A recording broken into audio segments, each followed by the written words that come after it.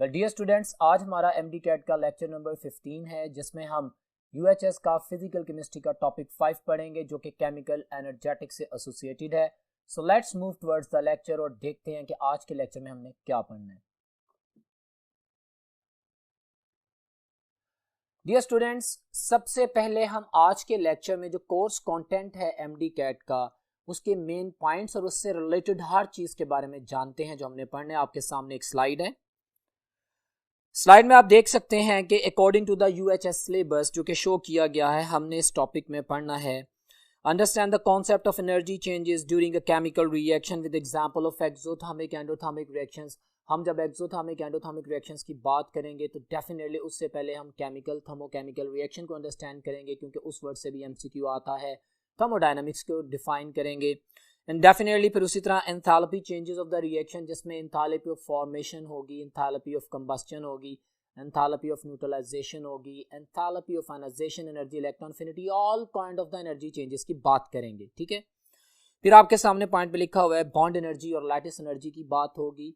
Definitely इससे related questions आएंगे क्योंकि जहां पे भी केमिकल एनर्जेटिक्स से एसोसिएटेड कोई भी चीज आएगी हम उसको अंडर डिस्कशन लाएंगे। सो सिलेबस आप लोगों के सामने है। इसके अलावा हैसेस law of constant heat summation की बात होगी और इसकी जो आयनिक क्रिस्टल्स के ऊपर एप्लीकेशन है which is about the Born Haber cycle उसकी भी बात होगी। सो डियर स्टूडेंट्स, अभी हम लेक्चर का आगाज करते हैं। आप देखें अपने सामने व्हाइट बोर्ड पर, आपके सामने सबसे पहले मैंने एनर्जी को डिफाइन किया है because when we people are going to discuss about the chemical energetics तो हमें पता होना चाहिए कि एनर्जी है क्या।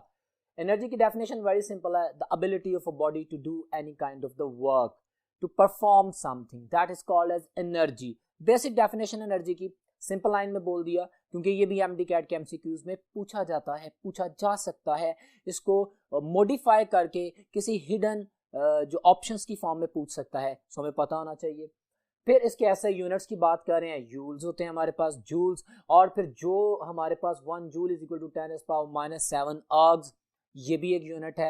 एक दूसरा सिस्टम है सिस्टम इंटरनेशनल के अलावा जिसमें हमें पता होना चाहिए। इसी तरह कैलोरीज में, और 1 joule is equal to 0.239 calorie या 1 calorie is equal to 4.184 joule हम जानते हैं। ये सारे एमसीक्यूज हैं, बेसिक इंफॉर्मेशन है। एनर्जी को डिफाइन कर दिया, उससे रिलेटेड हमने उसके यूनिट्स की बात कर ली जो कि जरूरी थी, समझना था।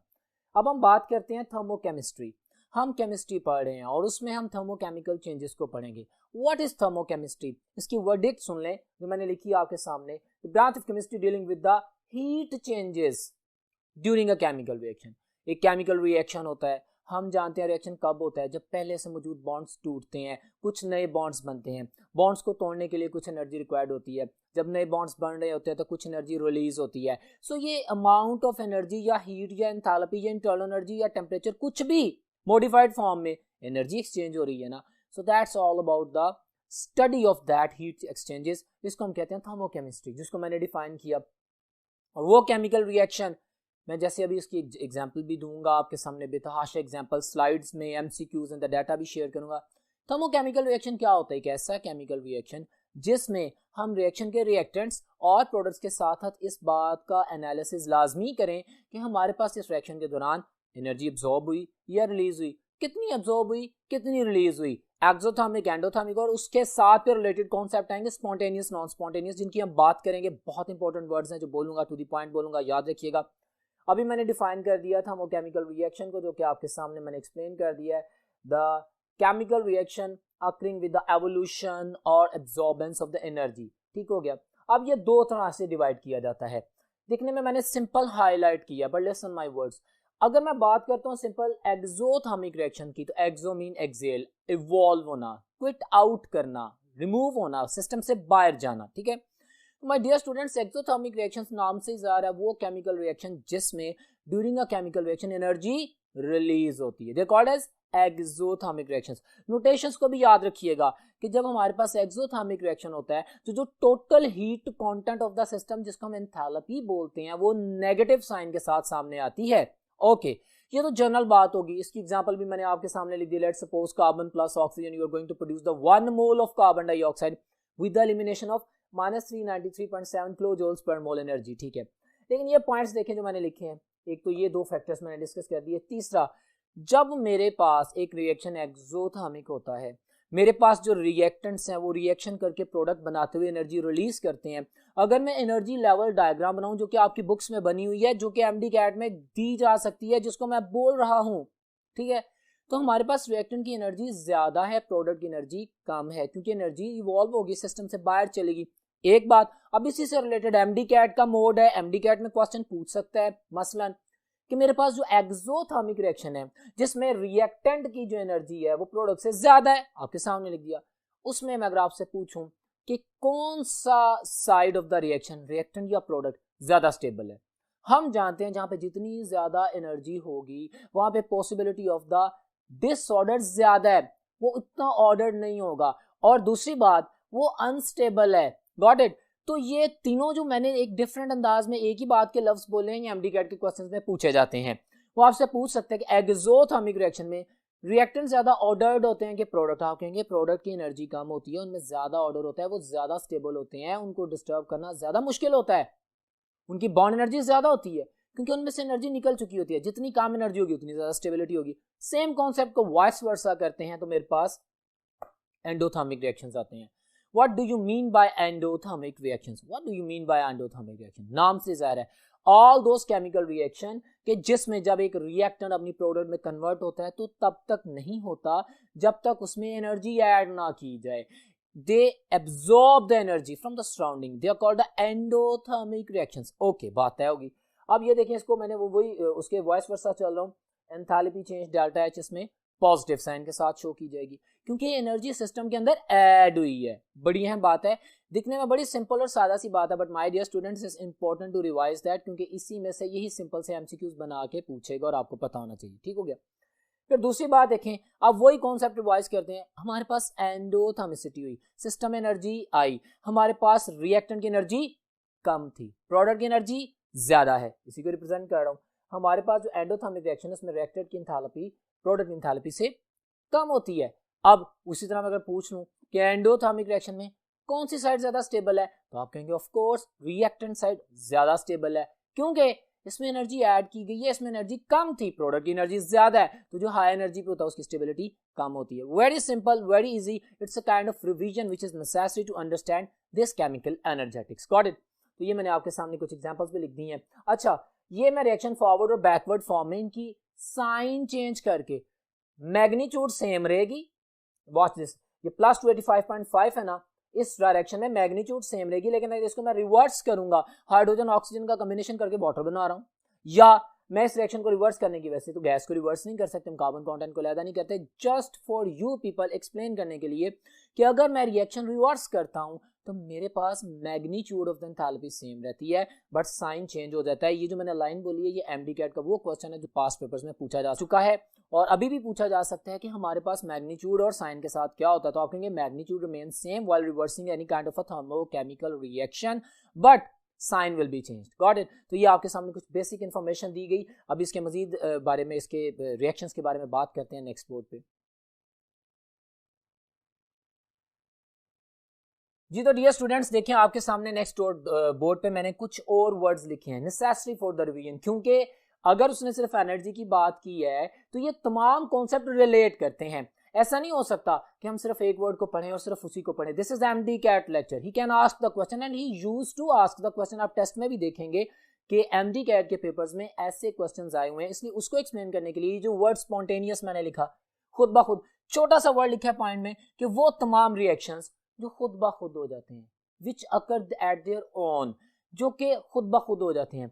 यूजुअली, पॉइंट सुनिएगा, usually, not always, not always, usually, चूंकि स्पॉन्टेनियस रिएक्शन में जब प्रोडक्ट बनती है तो एनर्जी रिलीज होती है, तो they are usually exothermic, but there are many reactions which are spontaneous but they are endothermic. जैसे इवेपोरेशन, बड़ी कॉमन सी बात है, आप लोग पढ़ते हैं। Got it?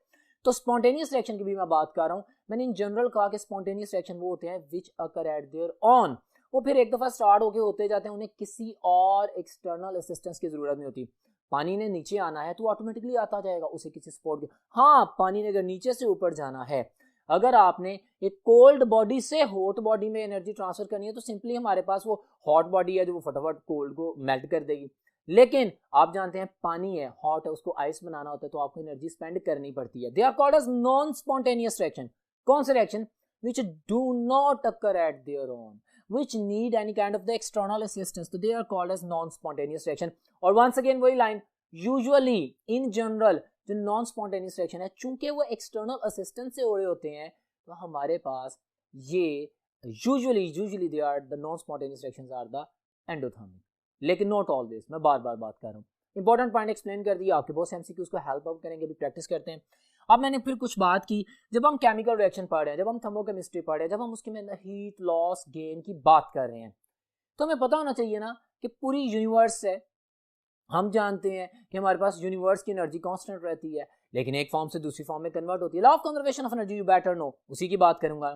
तो हमें पता होना चाहिए कि जो सिस्टम हम पढ़ रहे हैं, जो अंडर ऑब्जर्वेशन मटेरियल हम पढ़ रहे हैं, उसे क्या कहते हैं, और उसके अलावा जो सिस्टम है उसका भी पता होना चाहिए, ताकि हम डिफरेंशिएट कर सकें. This is science, very simple word, I am not wasting your time, you better know any matter under observation और अंडर द स्टडी और under the analysis, that is called as system.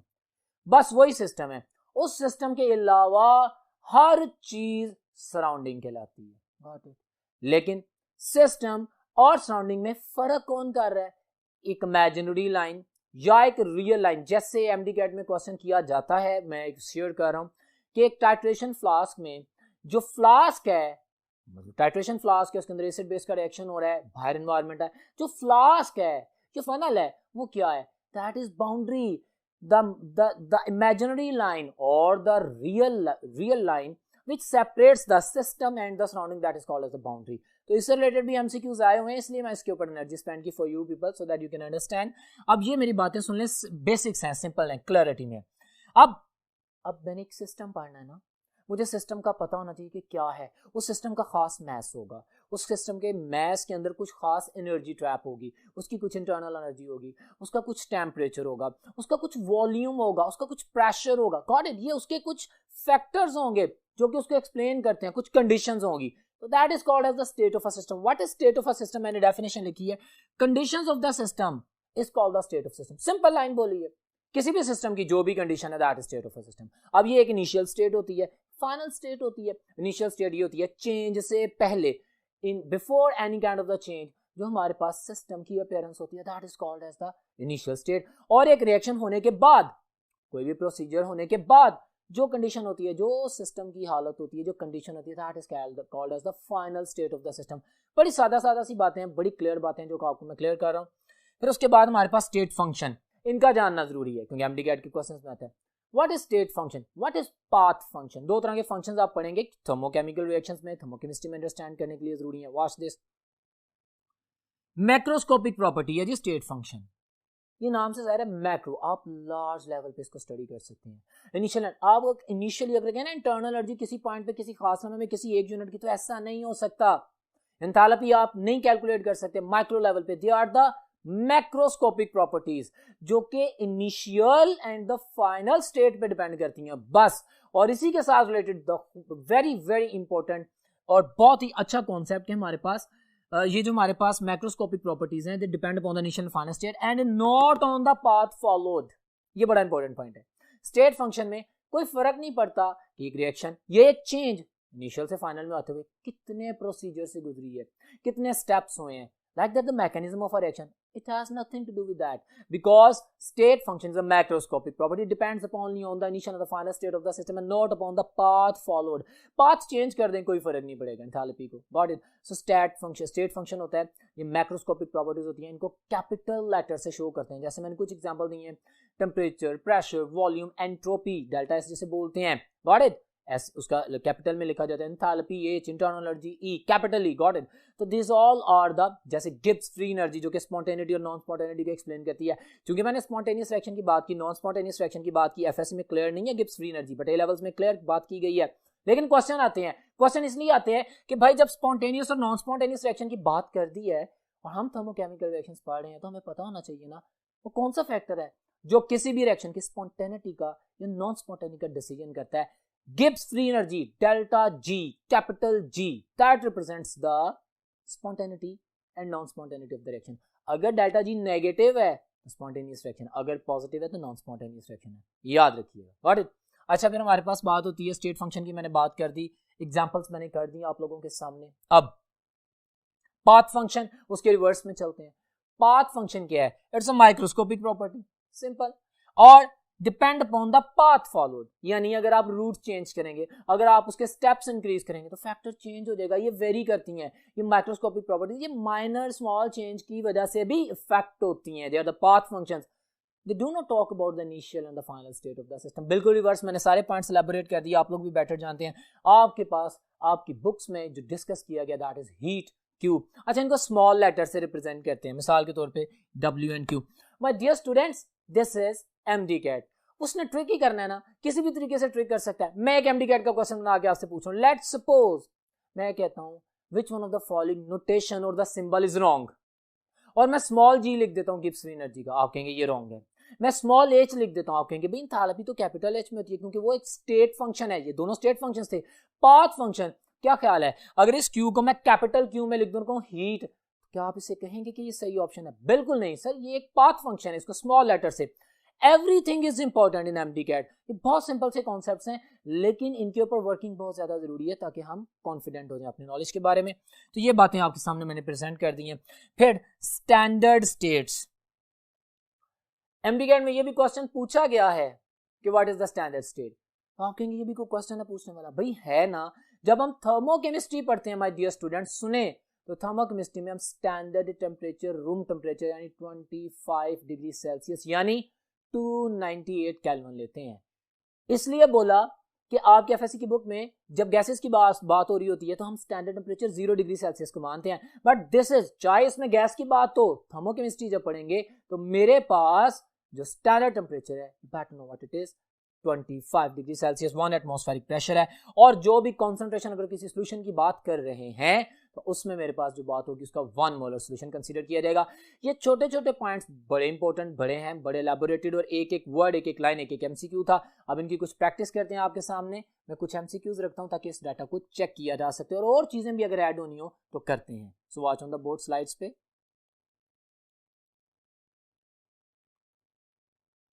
जी तो dear students, अभी आप एक slide देख रहे हैं जिसमें मैंने क्वेश्चन शेयर किया है। मैं 2-3-4 क्वेश्चंस रिप्रेजेंट करूंगा जो कि MD-CAT के प्रीवियस पेपर्स के क्वेश्चंस हैं, और फिर आपको पता लगेगा कि जो सारी डिबेट है वो कितनी इंपॉर्टेंट थी। क्वेश्चन आपके सामने आप देख सकते हैं, reactants have higher energy than products. अच्छा, ये एक लाइन बोल दी, reactants have higher energy than products. Okay, अब बात करते हैं, ये 2013 का MD-CAT का क्वेश्चन है, आपके सामने लिखा हुआ है।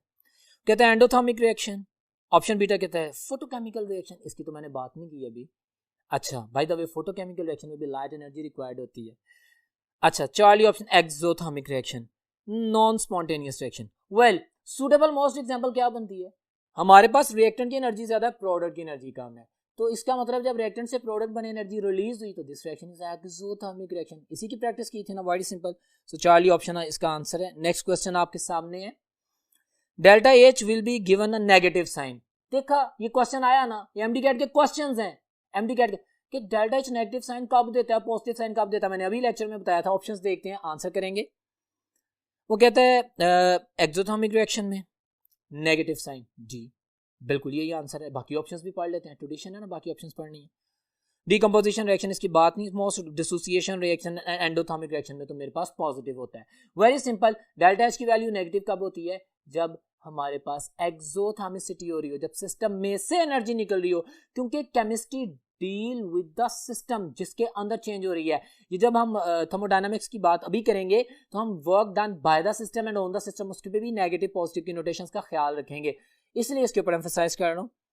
एक और question my dear students in front of you, informative question है, डिस्कसिंग क्वेश्चन है। क्वेश्चन कहते हैं, if an endothermic reaction is allowed to take place rapidly in the air, endothermic reaction है जैसे एनर्जी चाहिए जो एब्जॉर्ब करेगा, जो कि डेल्टा H पॉजिटिव है, got it, in the air, the temperature of the surrounding air, option A कहते हैं remains unchanged, increases, decreases, first increases then decreases. What did you say? Very simple, endothermic reaction है, rapidly कर रहे हैं, उसने फौरी तौर पे सराउंडिंग से एनर्जी एब्जॉर्ब कर ली। जब उसने सराउंडिंग से एनर्जी कंटेंट को एब्जॉर्ब कर लिया तो आप लोगों के पास जो सराउंडिंग का टेम्परेचर है वो डिक्रीज कर जाएगा, got it.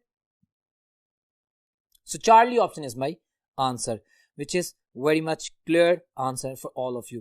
Well dear students, अब हम next board पे चलते हैं और देखते हैं कि वहां पे क्या information है। जी तो डियर स्टूडेंट्स, अब हम बात करेंगे इंपॉर्टेंट एंथैल्पीज की। एंथैल्पीज डिफाइन करेंगे, एंथैल्पीज को ऑब्जर्व करेंगे और आप मेरा एक एक वर्ड सुनेंगे। मैंने ये इससे रिलेटेड तमाम data for your help, for your convenience, for your maximum practice for MDCAT slides में रखा है। तो अभी आप इंपॉर्टेंट एंथैल्पीज के हवाले से जो बात करेंगे वो स्लाइड्स पे भी आप देखें। आपके सामने एक स्लाइड है जिसे मैं डिस्कस करने जा रहा हूं। आप देख सकते हैं डियर स्टूडेंट्स, इसके ऊपर मैंने जो हेड आउट किया है इससे स्टैंडर्ड स्टेट्स को तो मैं डिफाइन कर चुका हूं इसमें, लेकिन वो लिखा है इस स्लाइड में कि conditions where temperature is 298 kelvin, pressure is 1 atmosphere and the concentration is 1 mole. और इसकी हम बात कर चुके हैं।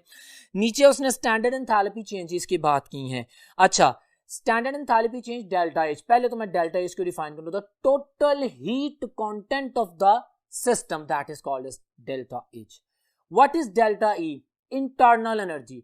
Internal energy is the sum of two things, kinetic energy plus potential energy. System की, सिर्फ सारे सिस्टम के मॉलिक्यूल्स की kinetic energy plus potential energy, ये दोनों मिलके इंटरनल एनर्जी बनाते हैं। क्लियर हो गया?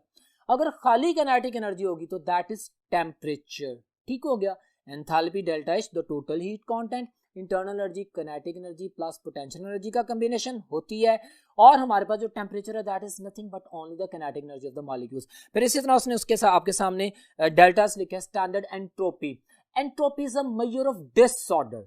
मेरे पास, मैं बता रहा हूं, एफएससी में लैबोरेटरी नहीं है पर एमडीकैट में ये वर्ड आता है इसलिए मैं बोल रहा हूं। माय डियर स्टूडेंट्स, अगर एक सिस्टम हाई एनर्जी पे है तो उसमें डिसऑर्डर ज्यादा है, उसकी एंट्रोपी ज्यादा है। Got it? और एक स्टेबल सिस्टम जिसमें ऑर्डरनेस ज्यादा है तो उसकी एंट्रोपी कम है। Entropy is the measure of disorder. Delta is clear हो गया? Delta mean change. और डेल्टा क्या होता है? फाइनल में से इनिशियल को माइनस करना। जैसे मैंने अभी बोला था, इनिशियल स्टेट और फिर फाइनल स्टेट, जब आपने चेंज इन स्टेट ऑब्जर्व करनी है, डेल्टा मीन चेंज, तो आप फाइनल में से, यानी फाइनल जो चीज है उसमें से इनिशियल वैल्यू को माइनस कर देते हैं। मतलब H2 minus H1 delta H, E2 minus E1 of course delta E। All these concept very simple. और बिल्कुल इसी तरह वो बात करता है स्टैंडर्ड फ्री एनर्जी, जिसे हम गिब्स फ्री एनर्जी कहते हैं, जिसकी मैं बात कर चुका हूं कि ये स्पॉन्टेनिटी और नॉन स्पॉन्टेनिटी को डील करती है, G2 माइनस G1। अच्छा, ये तो एंथैल्पीज। अब इन एनर्जीज में से जो मैंने एंथैल्पी है ना डेल्टा एच, उसकी एक्सप्लेनेशन देनी है एमडीकैट में। ये जो मेरा पॉइंट है जो मैंने आपके सामने एलैबोरेट किया, स्लाइड आपके सामने, मैं उसके सामने एक एक चीज को एक्सप्लेन करूंगा। मेरा वर्ड सुनिएगा, चीजें नोटिफाई भी कीजिएगा और इसको भी नोट डाउन कीजिएगा। सबसे पहले इस टेबल में जो मैंने तस्करा किया है आप लोगों के लिए, वो देखिए उसने सबसे पहले एंथैल्पी ऑफ रिएक्शन लिखी है। इसको सिंबलाइज किससे करते हैं? Delta H. और ये भी एमसीक्यू में पूछा जा सकता है। ये सिंबल सामने आ गया, आप लोगों के सामने उसका नाम भी बोल दिया कि एंथैल्पी ऑफ द रिएक्शन क्या होती है। उसकी डेफिनेशन सुने।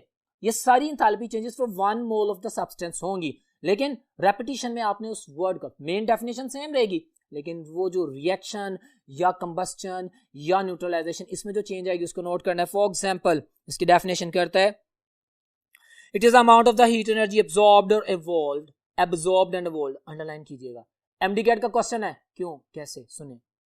Enthalpy of reaction may be positive, may be negative, it may be endothermic, it may be exothermic. MDCAT में इस बात का पूछना है, क्यों, अभी आपको पता लगेगा जब मैं आगे वाली एग्जांपल्स को दूंगा। When the certain number of the moles, of course 1 mole consider कर लेते हैं, react together completely to give a product. हमारे पास carbon plus oxygen, carbon dioxide, मैं कहता हूं -393.7 किलोजूल पर मोल एनर्जी है, जैसे अभी मैंने प्रेजेंट किया था आपको थोड़ी देर पहले। C प्लस O2, कार्बन और ऑक्सीजन से कार्बन डाइऑक्साइड बन गया, एंथैल्पी ऑफ फॉर्मेशन है।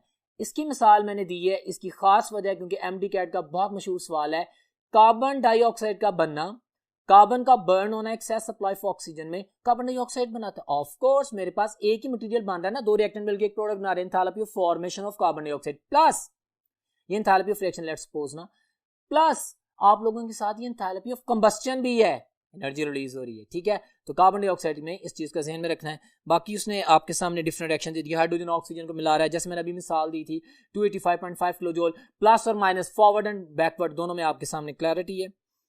तो यहाँ पे चूंकि फॉर्मेशन हो रही है, energy required, endothermic reaction, enthalpy of the reaction. Got it? दूसरे नंबर पे आप देख रहे हैं enthalpy of the formation. Enthalpy of the formation, it is the amount of the heat energy absorbed और evolved when 1 mole of a compound is formed from its element. जैसे मैंने भी कार्बन डाइऑक्साइड की बात की है ना, रिएक्शन हो गया, रिएक्शन इनकम्प्लीट भी होते हैं, रिएक्शन, एक रिएक्टेंट के प्रोडक्ट में कन्वर्ट होने के लिए डिफरेंट स्टेप्स होते हैं, पहले वाली की बात कर रहा हूं। तो डिफरेंट स्टेप में रिएक्शन तो होता है, तो जहां पे भी सिर्फ रिएक्शन होगा तो that is enthalpy of reaction.